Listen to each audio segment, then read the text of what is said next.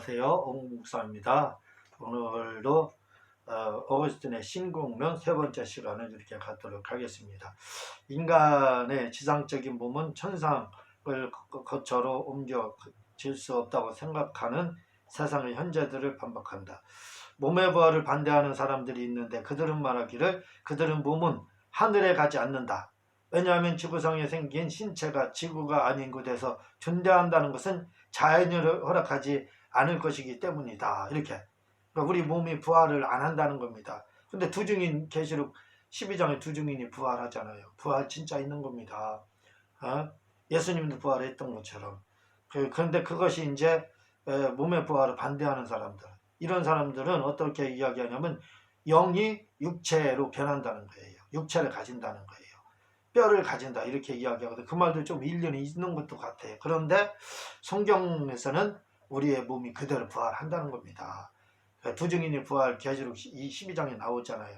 예수님도 부활 그대로 했고 그래서 부활한다는 겁니다. 몸도 부활하는 거예요. 근데 그 몸이 부활할 때 어떤 몸으로 부활하냐면 신령한 몸으로 부활을 하는데 죄짓고 지금 우리의 육체 이 몸이 아니라 이 흙이 아니라 아담이 처음 창조 받을 때 그 흙은 죄가 없어요. 그 신령한 몸입니다. 그 몸으로 그 몸 상태로 부활을 한다는 거예요. 왜냐하면 우리는 아담 안에 있었지 않습니까? 아담이 죽는 거 다 죽고 아담을 살리는 거 다 사는 거예요.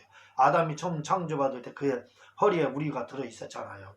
아담이라는 물고기 속에 들어있는 것처럼. 그러니까 결국 아담이 처음 창조받을 때 그 몸 상태를 우리를 회복돼서 부활에 참여하는 겁니다. 죄지은 이후의 몸이 아니라 이거죠. 흙이 아니라 이겁니다. 이에 대해 어거스틴은 반박하기를 지상의 몸에 생명을 주신 하나님이 원하신다면 무슨 까닭에 지상의 몸을 가지고 천상의 몸으로 올리지 못할 것인가. 충분히 하나님을 할 수 있다. 어거스틴은 그렇게 말한다는 겁니다.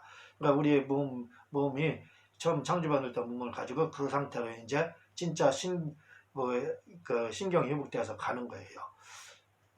우리가 이 육체의 신경이 있잖아요. 신경, 감각이 있다 이 말입니다. 이 감각이 영혼과 결합이 되는 거죠.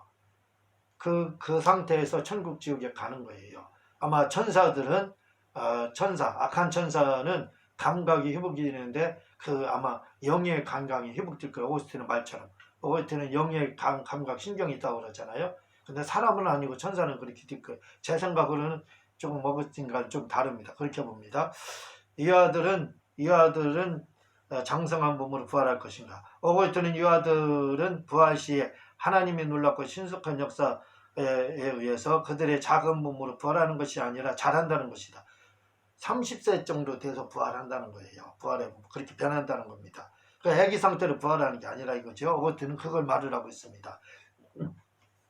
오거스틴은 하나님의 능력으로 몸에 필요한 만큼 덧붙여 주실 것이다. 이렇게 이와 조그마한 상태에서 부활하는 게 아니라 큰 상태로 장년이 되어서 30살 된 장년이 되어서 부활을 하는데 하나님께서 그 몸에 어떤 필요한 만큼 덧붙여서 부활을 시켜준다는 겁니다.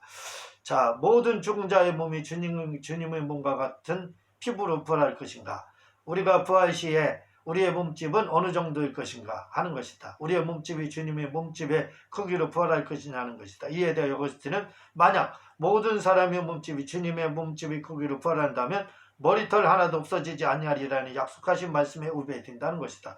왜냐하면 큰 사람은 살집이 깎이기 때문이다. 이에 어거스틴은 모든 사람의 몸집이 주님의 몸집으로 드는 것이 아니라 30대 연령으로 든다는 것이다. 왜냐하면 사람은 30대를 시작으로 몸이 무겁고 노년이 된다는 것이다. 왜냐하면 에베소 4장 13절 말씀에 의해 우리는 그리스도의 연령으로 든다는 것이다. 우리가 다 온전한 사람을 이루어 그리스도의 연령의 분량이 충분한 데까지 이르리라. 이렇게 돼 있어서 그렇다는 겁니다. 그러니까 예수님의 몸처럼 되는 게 아니라 사람들은 뚱뚱한 사람을 먹고 누구 할 것 없이 본인의 30대의 모습으로 이렇게 부활하게 될 거다. 오거스틴은 이야기를 하고 있습니다. 자, 여자들의 부활한 몸은 여전히 여성일까? 어떤 사람들은 우리가 온전한 사람을 이루어 그리스도의 연령에 분량이 충만한 데까지 이르리라. 에베소 4장 13절의 말씀과 하나님의 아들의 형상을 본받다라는 로마서 8장 29절의 말씀을 근거로 어떤 사람들은 여자들은 부활할 때 여자가 아니라 모두 남자일 것이라고 한다. 또한 하나님은 하나님의 혁으로 남자만 만드시고 그 남자에게 여자를 만드셨기 때문이라 한다. 그러나 어거티는 남성과 여성으로 부활할 것이라고 한다. 그렇죠. 그대로 부활하는가. 남자와 여자 그대로 부활하는 거죠. 왜 이런 혼동이 오느냐 하면 정욕 때문이다. 정욕. 그러나 어거티는 그때는 정욕이 없을 것이라고 한다. 처음 창조받을 때 정욕이 없었던 것처럼 부활할 때는 정욕이 없다는 것입니다. 에덴 동산에서 그들은 남자와 여자가 벌거벗고 있으면서 부끄러워하지 않았다. 그것은 그들에게 정욕이 없었기 때문이다. 어거티는 말하길 천국에서는 바로 처음 타락 전 정욕이 없었던 것 같이 천국에서 정욕이 없을 것이라는 것이다. 그렇다면 아담과 하와가 타락하지 않았다면 과연 정욕 없이 자녀 생산이 가능했을까? 이건 제가 질문한 거예요. 어거티는 정욕은 타락과 동시에 생긴 것이라는 거예요. 그래서 정욕 없이 아까 설명을 드렸죠. 이 결혼이 어제 설명을 드렸네. 가능하다 이렇게 말씀을 드렸습니다. 남자가 자고 있었다는 것은 그릴 때 이 아담이 자는 거예요. 그 잠잠 상태에서 그걸 말하고 있습니다. 남자가 자고 있었다는 것은 그릴 때의 죽으심이요. 그 십장례상에서 운명하신 후에 그 옆구리를 창으로 찔러 피와 물이 흘렀으며 이 피와 물이 곧 교회를 세우는 성례들이라는 것이다. 다시 말해 아담이 자고 있을 때 잔다는 것은 그릴 때 죽음이라는 거예요. 그리고 옆구리, 이 아담 옆구리 갈비뼈를 채했다. 이건 뭐냐면 그래서 여자를 만들었다는 거죠. 창으로 십자가를 찔렀다는 것입니다.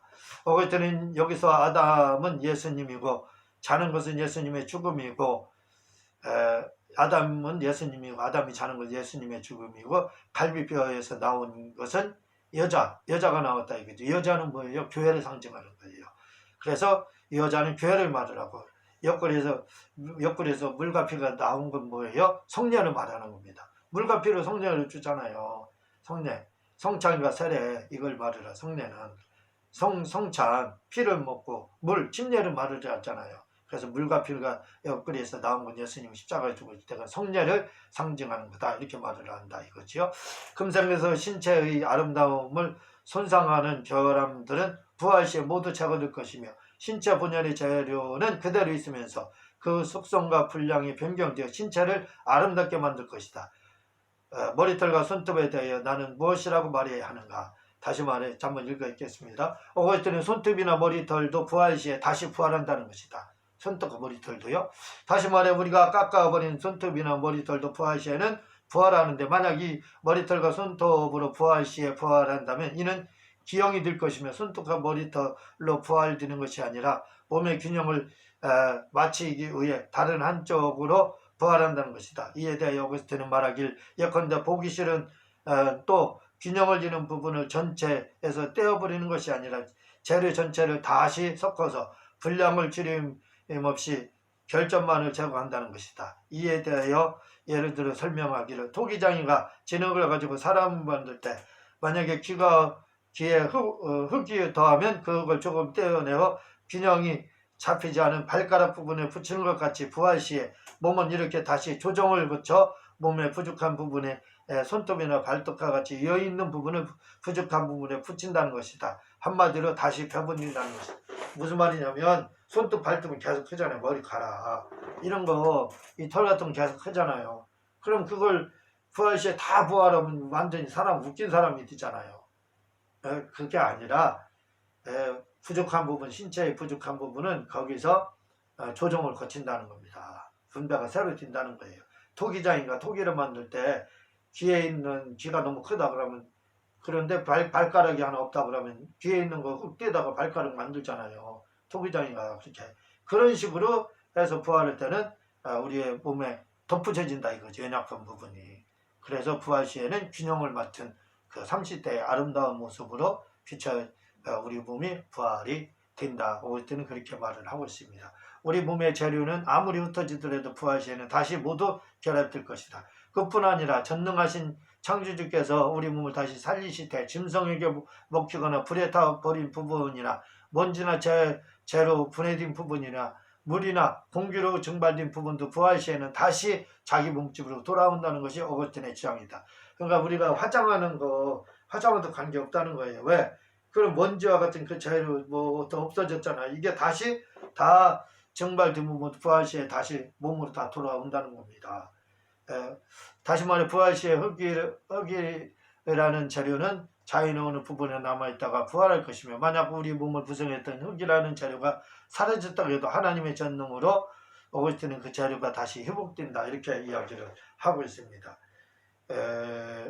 제가 아까 말씀을 드렸지요. 우리 몸은 아담이 타락하기 전에 흙으로 지음을 받았을 때에 그 몸과 타락했을 때 그 몸의 그 상태가 완전히 바뀌었어요.